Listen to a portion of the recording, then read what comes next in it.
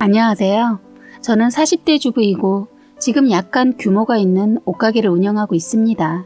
저는 대학을 졸업하고 취준생으로 지내면서 알바를 하다가 친구 아빠가 하고 있는 공장에 일손이 딸린다는 말을 듣고 목돈을 벌 생각으로 잠깐 들어가서 일을 했습니다. 제가 몸은 작고 왜소해 보여서 일을 잘할지 친구 아빠가 걱정했지만 막상 일을 시켜보고는 이야, 처음에 일 못할까봐 많이 걱정했는데 작은 몸에서 빠릿빠릿하고 일도 잘하네. 내 맘에 쏙 든다 하면서 칭찬도 많이 받았었네요. 그런데 잠깐 동안만 일을 하려고 들어간 곳에서 야근도 하고 하니 아르바이트 하는 것보다 수익이 많았어요. 그래서 저는 과하는 동떨어진 일이었는데도 돈맛을 알게 되어 그 일을 그만두지 않고 꽤 오랫동안 5년을 다녔습니다. 성실하게 야근까지 하면서 돈을 모으다 보니 꽤 많은 돈을 모을 수가 있었네요. 저는 어렸을 때부터 저의 꿈이 있었는데 그때까지만 해도 저만의 가게 하나를 차려서 차근차근 가게를 성장시켜서 성공을 하고 싶다는 생각이 들었어요. 지금 전 세계를 꽉 잡고 있는 아마존도 그리고 구글, 애플도 구멍가게 같은 작은 가게에서 시작을 하게 되었다고 하잖아요. 그래서 30의 나이에 자그마한 옷가게를 오픈하게 되었어요. 제 가게는 생각보다 잘 되었고 여자보다 남자 손님들이 많았습니다. 제 남편도 그 손님 중에 하나였어요. 바로 그 손님으로 온 남자와 눈이 맞으면서 결혼까지 하게 된 거죠. 처음 남편을 만날 때 워낙 옷 입는 법을 몰라서 정성껏 한번 코치를 해줬더니 그날부터 남편은 일주일에 한 번은 꼭 저희 가게에 들르는 겁니다. 그때까지만 해도 남편이 저를 보기 위해서 온 거라고는 생각하지 못했는데 남편은 첫눈에 반했다나 뭐라나 아무튼 저를 보고 결혼하고 싶은 느낌을 받았다는 겁니다. 어떻게 그럴 수 있는지 저는 그 느낌을 아직도 모르겠는데 어쨌든 남편은 저를 처음엔 보자마자 자신의 이상형이라고 반했고 두 번째는 친절하게 이것저것 웃으면서 물어보는 말에 상냥하게 대답해주는 저의 친절함에 홀딱 반했다는 겁니다. 당연히 저는 장사를 하기 위해 한 행동인데 남편은 그걸 자신에 대한 호의와 관심으로 받았던 것 같아요. 그래서 결혼까지 하고 싶은 여자라고 생각했다는 겁니다. 그런데 결혼하고 나서 이런 지난 둘만의 추억과 이야기들이 저에게 살면서 참 큰 힘이 되는 것 같아요. 제가 시댁에서 이런저런 일이 있을 때 남편과 그냥 끝내버릴까 하다가도 이런 남편의 좋은 추억들이 떠오르면서 저도 모르게 남편을 위해 다시 마음을 굳게 먹었던 것 같아요. 저의 결혼 생활은 너무 힘들었거든요. 저를 못 견디게 힘들게 하는 사람들은 다들 예상하셨겠지만 시어머니와 동서였어요. 그와는 반대로 남편은 항상 저를 챙겨주고 저를 전혀 힘들게 하지 않았습니다. 전 항상 두 여자 때문에 힘들 때마다 그래, 내가 믿고 사랑하고 그리고 나를 세상에서 가장 사랑해주는 신랑이 있는데 뭐 이 깎고 뭐가 힘들어. 전혀 힘들지 않아. 힘내자. 라고 마음을 다잡았습니다.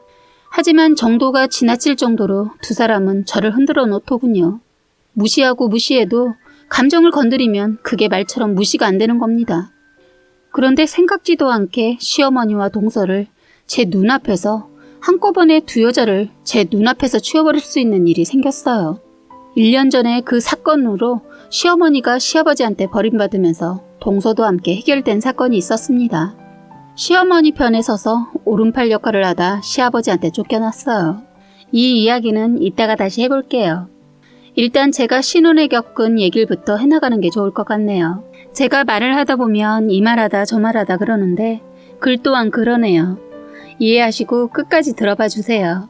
다시 연애 때 얘기를 잠깐 하자면 저는 남편이 연애할 때 제가 너무 좋다고 어쩔 줄 몰라 했어요. 부끄럽지만 애정 표현도 과하고 애교도 많은 남편은 장소 불문하고 저를 쭉쭉 빨고 아껴주었어요. 그런 남편이 싫지 않았습니다.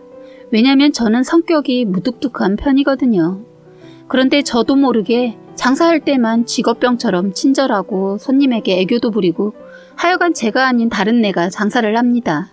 남편도 처음엔 제가 원래 이런 성격인 줄 알고 좋아하기도 했다고 하면서 지금은 웃으면서 연애 때 사기당했다고 하더군요. 남편이 하는 말이 오래 사귀다 보니 느낀 것은 둘 다 비슷한 성격이었으면 둘 다 힘들지 않았을까 싶다고 했어요.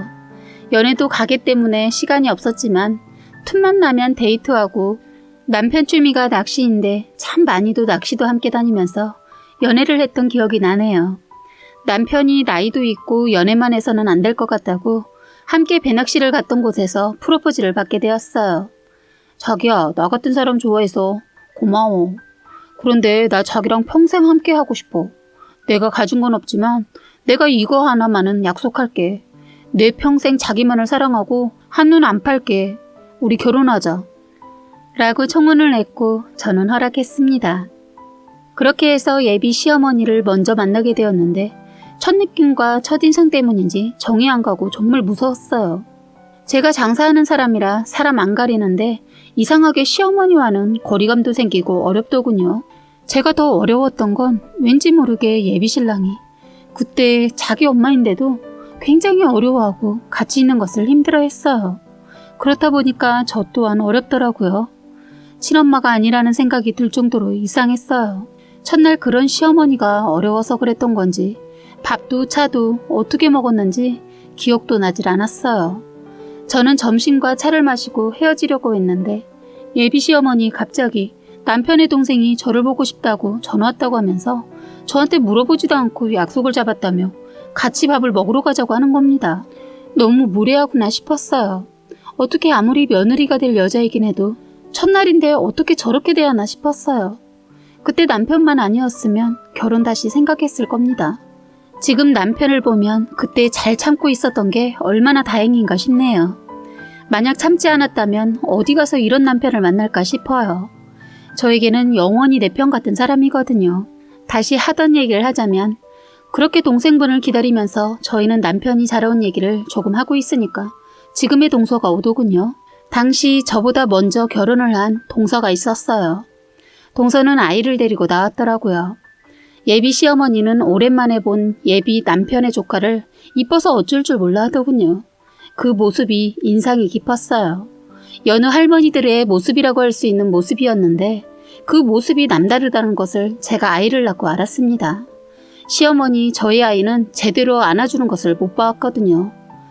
주변 사람들의 권유로 어쩔 수 없이 안아주거나 시아버지가 안겨주면 안아주었어요. 저는 시어머니가 나이가 더 드셔서 몸이 아프니까 다 귀찮아서 그런가 보다 하고 생각했었는데 참 어이가 없게도 동서가 셋째를 낳았을 때 기가 막힌 행동을 보이더군요.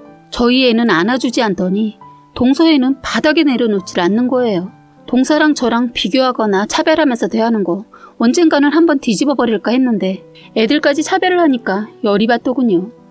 그런데 성격상 정말 서운했지만 내색하지 않으려고 애쓰다가 한번 말을 뱉고 나니 어렵지 않더군요. 그래서 계속 말을 하게 되었는데 이젠 안 되겠는지 시어머니 한다는 소리가 난 이상하게 큰애가 지애비 닮아서 싫은데 어떻게 손주도 할아버지냐. 그래서 나도 모르게 이런 행동이 나온다. 이해해라. 그러는 겁니다. 뭐라 할 말이 없더군요. 어처구니가 없었어요. 그날은 동서애가 얘기 도중 다치는 바람에 더 설치는 시어머니 때문에 정신이 하나도 없어서 그냥 말을 끝내지 못하고 집으로 오게 되었네요. 그 이후로 다 같이 모인다고 하면 피했어요. 아무리 그래도 손주에게까지 그러니까 시어머니 꼴보기 싫더군요. 그리고 아버님이 어머님한테 어떻게 하는데 어머님은 양심도 없는 분이세요. 시아버님은 언제나 어머님만 바라보고 있는데 시어머니는 그런 아버님이 싫다고 하는 겁니다. 그냥 이유 없이 싫다네요. 아버님과는 중매로 그냥 친정엄마 등살에 시집 오게 되었다고 하더군요. 사랑 없이 결혼을 해서 더 정이 안 간다고 했어요. 그런데 어머니와는 다르게 시아버지는 시어머니를 첫눈에 반해 정말 헌신하면서 살았다고 해요. 어머님 마음 받으려고 엄청 노력하시면서 사셨다고 했어요.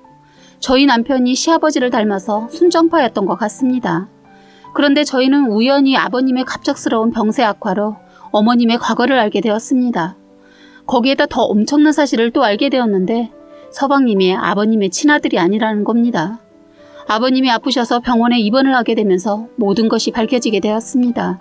아버님은 그동안 잔병 치레조차도 없었던 분이라 가족끼리 피를 주거나 간을 주거나 할 일이 없었으니까 서로 친자니 뭐니 이런 거 생각도 못했었는데 아버님 간 이식이 필요해서 자식들이 먼저 간 이식을 위해 검사를 받자는 말이 나왔는데 시어머니 서방님은 절대로 안 된다고 반대를 했어요. 서방님은 괜찮다고 하는데 어머님이 나서서 이식이 가능해도 못 준다고 애가 셋이나 있는 애들한테 뭘 바라느냐고 대려 시아버지를 탓했어요. 아픈 사람한테 건강관리 못했다고 오만 욕을 다 하셨어요. 그러면서 병원에서도 희박하다고 하는데 그냥 약으로 버티다가 가셔. 얼마나 더 산다고 자식들 배를 갈라. 그렇게까지 해서라도 살고 싶어? 라고까지 말씀하셨어요. 그 말에 저희 남편이 화가 나서 엄마 지금 뭐 하시는 거예요? 아버지가 몸 관리 못한 거 엄마 책임도 있는 거 아니에요?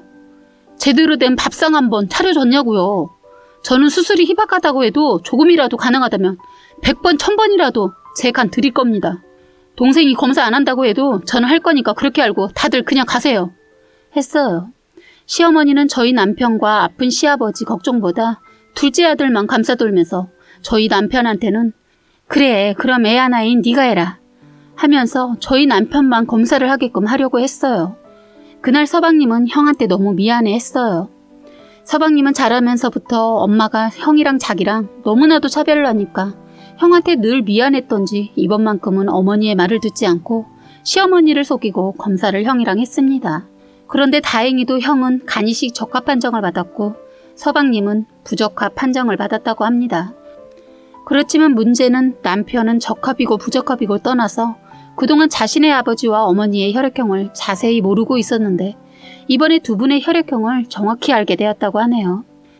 함께 검사를 받으면서 의사와 상담을 했을 때 시동생의 혈액형을 알게 되었다고 해요. 그런데 그때는 별 신경을 안 썼지만 자꾸 그게 걸렸던 나머지 남편은 그 혈액형에 대해 알아보았다고 합니다.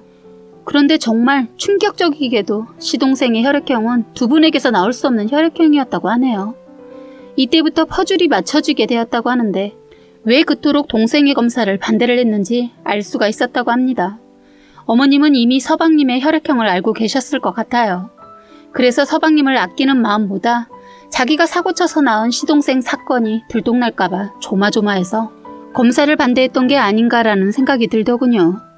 너무 황당하기도 하고 설마 하는 마음에 남편은 시어머니와 시아버지 그리고 시동생의 머리카락을 가지고 친자 확인 유전자 검사를 의뢰를 했다고 합니다. 검사 결과는 설마 했던 친자 검사에서 친자가 아니게 나왔다고 하네요. 검사 결과를 받은 날 남편은 힘없이 집에 들어왔고 축 처져선 아무 말도 하지 않고 저녁밥도 안 먹고 시무룩하게 있더라고요. 저는 수술 날짜가 나와서 걱정이 돼서 그러나 안쓰러웠는데 자기야 이번 수술 때문에 많이 걱정되지?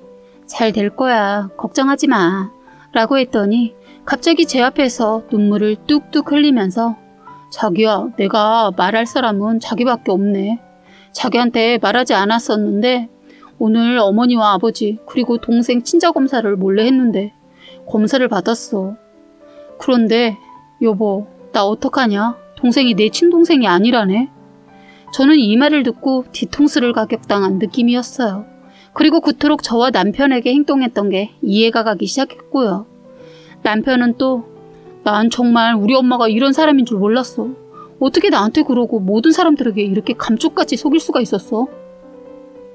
난 그것도 모르고 동생과 차별해도 동생이 막내니까 나보다 더 애착이 가는구나라고 생각했는데 라면서 자신의 가슴을 퍽퍽 찌면서 울더라고요. 저도 결혼하고 동서와 차별 때문에 너무 힘들었고 괴로워서 남편의 마음과 그리고 마음을 알 수 있었기 때문에 눈물을 함께 흘리며 위로를 해줬습니다. 하지만 제가 남편에게 해줄 수 있는 건 그냥 안아주고 보듬어주는 방법밖에는 없었습니다. 그러면서 이 사실을 어떻게 해야 하는지 저에게 묻길래 아버님은 수술을 하셔야 하니까 알리지 말라고 했습니다. 그 며칠 후 남편은 시어머니와 시동생, 동서 저를 모두 불러놓고는 이 사실에 대해서 모든 사실들을 말하더라고요. 그때 시어머니는 뻔뻔한 얼굴로 사과를 하더라고요. 미안하구나. 너도 자식 키워봐서 알지만 선뜻 이런 비밀을 알릴 수 없었다. 이렇게 알게 됐으니까 말아마. 10손가락 깨물어서 안 아픈 손가락 없다고 하는데 네 동생은 더 아프더라. 그래서 더 잘해준 거야. 라고 하면서 저희랑 대화하는 내내 이런 식의 말투로 진심 어린 사과를 하지 않았어요. 그날 이런저런 이야기를 했는데 알고 보니 서방님의 아버지는 어머님이 어릴 때 살던 곳 한 동네에서 만난 첫사랑 오빠가 있었는데 서로 동송동본이어서 반대가 심했다고 해요. 그래서 도망가서 잠깐 살았었는데 시어머니의 친정아버지한테 집으로 잡혀와서 머리 잘리고 창고에 가둬두었다가 싫든 좋든 강제로 중매로 시아버지한테 시집을 보냈다는 겁니다. 죽지 못해 그냥 다 포기하고 죽은 듯이 시집와서 살다가 시어머니는 시아버지 모르게 우연히 친정에 갔다가 첫사랑 오빠에 대한 연락을 친구한테 듣게 되었고 첫사랑을 못 잊어서 결혼 생활을 하는 도중 다시 만남을 하고 있다가 임신을 하였고 시어머니는 무서워서 그 비밀을 감춘 채 첫사랑과 이별을 하고 무모한 결심을 하고 둘째인 서방님을 낳은 거랍니다. 유독 서방님을 아끼고 사랑했던 이유를 그 사실을 알게 되면서 알았네요. 모두가 그 사실을 알고 서방님도 충격이 컸지만 더 충격을 받은 건 저희 남편이었습니다. 남편은 아무리 생각해도 40년을 자신을 속인 엄마를 끝내 용서하지 못해서 지금은 시어머니와 등 돌린 상태입니다. 이것만 속였다면 남편도 등을 돌린다거나 용서 이딴 거 생각도 하지 않았었겠지만 남편의 성장 과정을 들어보니 너무했다는 생각밖에 들지 않았어요. 저도 동서랑 비교당하고 차별당해서 그게 서운하고 아직도 기억에 잊혀지지 않은데 자식인 남편은 어떠할지 감히 짐작도 가지 않습니다. 일단 가족들은 다 정신이 없었어요. 그래도 아파서 힘들어하고 계시는 아버님께는 이 사실에 대해서는 알리지 말자고 했습니다. 다행히 저희 남편의 것이 아버님과 맞아서 수술을 하게 되었어요. 간 이식 수술이 대수술이라 그런지 수술하는데 시간도 많이 걸리고 무엇보다 수술하고 나온 두 분 다 너무 힘들어 하셨어요. 자신의 아버지라고 간 이식 수술한 남편을 보고 저는 대견해서 눈물이 나더라고요. 저는 손을 꼭 잡으며 여보, 수술하느라 고생 많았어. 정말 수고했어. 많이 아프지? 아버님, 당신 때문에 다시 생명을 얻으셨고 수술도 잘 되셨대. 사랑해. 라고 말이에요. 간을 기증한 남편과 간을 기증받은 아버님이 날이 갈수록 회복 속도가 좋아지셨어요. 아버님께서 거의 회복되시고 퇴원이 될 쯤 남편은 많은 고민을 했지만 이 사실을 그냥 우리만 묻고 갈 수는 없다며 아버님의 충격을 받겠지만 아셔야 할 것 같다고 했어요. 그리고서는 알려드렸다고 하네요. 아버님은 퇴원 전까지는 이 내용을 알고 계셨지만 참고 계셨고 퇴원을 하신 후 어머님과 그리고 시동생 그리고 저희까지 모두 부르시고 말씀하셨어요. 이제 내 자식은 이영석 하나뿐이다. 당장 너희는 이 집에서 완전히 사라져. 만일 언제 어디서라도 나를 먼저 보게 되면 달아나. 내 눈에 띄면 내가 어떻게 할지 나도 모르니까. 당장 내 집에서 나가. 라고 하시면서 약간은 울먹이는 목소리로 아버님은 형철아 고마웠다. 그동안 내 아들로 자라주고 내 곁에 있어줘서 고마웠다. 이제 그만하면 됐다. 마지막으로 안아보자고 하시더니 조용히 일어나셔서 방으로 들어가셨어요. 저희는 그게 끝인 줄 알았습니다. 그런데 갑자기 방 안에서 이상한 소리가 들렸어요. 방문을 열어보니 방 안으로 들어간 아버님은 어머님 옷을 모조리 찢고 계셨어요. 아버님은 그토록 사랑한 어머님과의 막내 아들을 버리기 위해 애쓰는 것 같았어요. 미워하고 원망하면서 어머님을 놓지 못하는 자신을 어떻게 다룰 줄을 몰라 하셨어요. 너무 안쓰럽고 불쌍하고 애처로웠습니다. 아버님을 아프게 하는 시어머니가 정말 미웠습니다. 시어머니도 아버님의 그런 모습을 보더니 눈시울을 벌키더니 그냥 자리에서 일어나 서방님과 동서를 챙겨 나가더군요. 그렇게 어머님은 노년에 아무것도 챙기지 못하고 빈손으로 쫓겨나셨고 재산도 퇴원 후에 손을 써놔서 이혼할 때 어머님은 거의 받은 게 없다고 하셨습니다. 이혼 과정에서 어머님도 자신의 잘못을 아셨는지 소송이나 뭐 그런 거 없이 순순히 이혼해 주셨고요. 동서요? 동서는 돈 보고 어머니한테 살살거리다 낙동강 오리알 신세 됐습니다. 저희는 지금 아버님한테 가분할 만큼의 재산을 상속받았고요. 아버님은 그 이후 잘 이겨내신 듯 싶었는데 심적인 고통에 너무 힘드셨는지 끝내는 병세가 악화되셔서 돌아가셨어요. 아버님의 임종을 가까이서 지켜봤고 마지막으로 아버님께 돌아가시기 전에 저에게 하신 말씀이 제 귀에 대고 하신 말은 고맙다 며느리 내 아들 잘 좀 부탁하마 였습니다. 아직도 아버님의 목소리가 귓가에 맴돕니다. 그리고 아버님은 돌아가시기 전에 저희한테 어려운 결정에서 정말 고맙다. 아무리 부모라고 해도 결정하기가 쉽지 않았을 텐데 선뜻 결정해준 거 너란 거 안다. 고맙다 내 며느리. 우리 형석이 잘 부탁한다. 네가 있어서 믿고 떠날 수 있어 행복하다. 라는 유서를 남기고 가셨는데 유서 종이의 맨 끝부분에는 얼룩얼룩하니 눈물 자국이 남아있었고 그리었지만 아버님의 진심 어린 심경을 느낄 수가 있었어요. 불쌍하게 짝사랑만 하시다 가신 아버님이 이제는 그곳에서 행복하셨으면 좋겠어요. 저는 아버님이 안 쓰고 피땀 흘려 모아서 남겨주신 재산의 일부를 사회에 기부하고 나머지는 차마 쓸 수가 없어서 그냥 남겨두고 열심히 일해서 살고 있어요. 어떤 분들은 이런 분들도 계실 거예요. 그냥 그 사실을 묻지 왜 하필 그 이야기를 말해서 아버님을 남편이 죽였다고. 제 남편을 욕하는 분들도 계시겠지만 저는 그렇게 생각하지 않아요. 남편이 사실을 아버님께 말한 건 저는 잘한 거라고 생각하네요. 그 사실을 알고도 숨겨서 아버님이 그 가증스러운 시어머니를 계속 대했다면 오히려 그게 더 불효였다고 생각하네요. 아무튼 우리 남편 성실하게 일 다니고 있고, 그리고 저는 작은 가게에서 지금은 저만의 브랜드 옷 가게를 오픈해서 열심히 일하고 있습니다. 정말 드라마보다 더 드라마 같은 제 사연 읽어주셔서 감사하고 늘 열심히 살고 있는 남편과도 잘 살겠습니다. 사연은 여기까지였고요. 구독과 좋아요, 알림 설정 부탁드리겠습니다.